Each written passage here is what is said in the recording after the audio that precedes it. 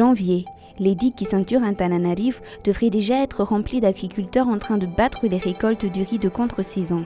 Mais cette année, les riziculteurs sont restés dans leurs rizières pour faire le travail. Comme les terrains sont secs, ils n'ont pas à transporter les épis hors des rizières pour les battre. La tâche est d'ailleurs vite expédiée. Les épis du riz précoce, cette année, ont une touffe bien maigre, à la grande déception des paysans. Vokatra le tsy fisian'ny rano zany dia lasa somary maivamaivana ny voambary tamin'dia na le saloy le vary ary hitanao hoe tena azo jerevana na kely jereva amin'ny tapany aty ambany ity zao akofo fotsiny ity fa ny lohany ihany no vary vokatra le tsy fahampian'le anina na le voanina ohatrao raha hita hoe maivana. Hitanareo zao raha ny tena normal an'ity anankitelo na anankiefatra ny tokony atsatoka amin'ity fotom-bary ray ity dia manome izy farafahakeliny zany hoe ohatr' izany ny fotom-bary dia vokatra tsara izy zay le lazaina hoe vokatra zao nefa izy efa misy firy zao ny fotom-bary amin'ity tsy lazaina hoe izy zany vokatra zay no mahatonga le izy hoe tokony raha ny tena normal zany hoe ampy ny rano vao réglé tsara ny rano dia ampy zezika dia manome fotom-bary manome betsaka ohatr'izay. Tamin'ity zao raha ohatra n'ity ketsan-dimy ity zao dia raha tena hoe tena vokatra izy mahatratra any 20 kitapo nefa raha farany misy zao ty any 10 kitapo.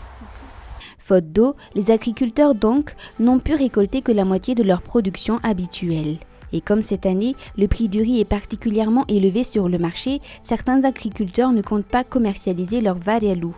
Ils préfèrent les garder pour leur propre consommation. Ils estiment même que cela risque de ne pas leur suffire. La situation est la même dans de nombreuses régions d'Analamanga, même si dans d'autres, la récolte du riz précoce a quand même pu se faire. Tsy nanao vary aloha ny district an'Andramasina ny apahany betsaka tamin'ny district an'Anjozorobe zany dia tsy afaka nanao an'izay famokarana vary aloha zay saingy hitantsika tao ihany koa fa misy district toy ny Anjozorobe Ankazobe zany sy ny ilany andrefana iny Pour autant, le ministre de l'Agriculture, de l'Élevage et de la Pêche ne veut pas céder à la panique. Si le riz précoce n'est pas au rendez-vous, il compte sur la récolte de régulière pour combler le gap et pour assurer l'approvisionnement du marché. Hitantsika tao ihany koa fa raha ny vinavina ataony eo anivon'ny mpijery ny toetrandro dia atenaina zany ary efa hitantsika taratra zany fa avy zany zay mirotsakorana ary ho tsara na mihoatra ny mahazatra zany androtsakorana amin'ity 3 volana voalohany ity. Ina ny dikan'izany ho any aty amin'ny sehatra ny famokarana mila afaka manenjika zany tsika izao manao ketsa ary manao an'izay mamafy vary zany dia manao ketsa faran'izay ingana. Le ministre reconnaît qu'il y aura une baisse de récolte, mais pour l'instant, il préfère ne pas faire de prévisions. Il espère que les pluies vont venir en février et que les mauvais rendements du varialou ne peuvent pas dessiner la tendance de la saison entière.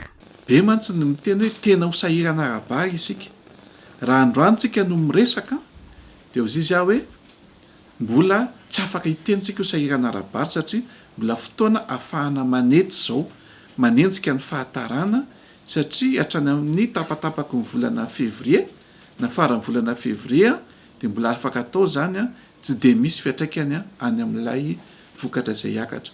Mety misy fidinana kely fa tsy mbola le tena hoe fahavoazana be zany. Dia zay zany ny tiana hiambara hoe marina misy fahavoazana fa tsy ireny akory no taratry ny fambolem-bary eto Madagasikara sy mety ho taratry ny vokabary amin'ity taom-pamokarana ity fa atsoaty zany tsika any amin'ny volana mars any zay vao tena afaka manamarina raha sanatry mitoy ny tsy fisian'ny orana tsy fampian'ny rano antsika zay vao afaka tena miteny sy manamarina hoe iena atraiza ny vokabary eto raha iena ary hitombo atraiza ny vokabary eto raha hitombo amin'izay fotoana izay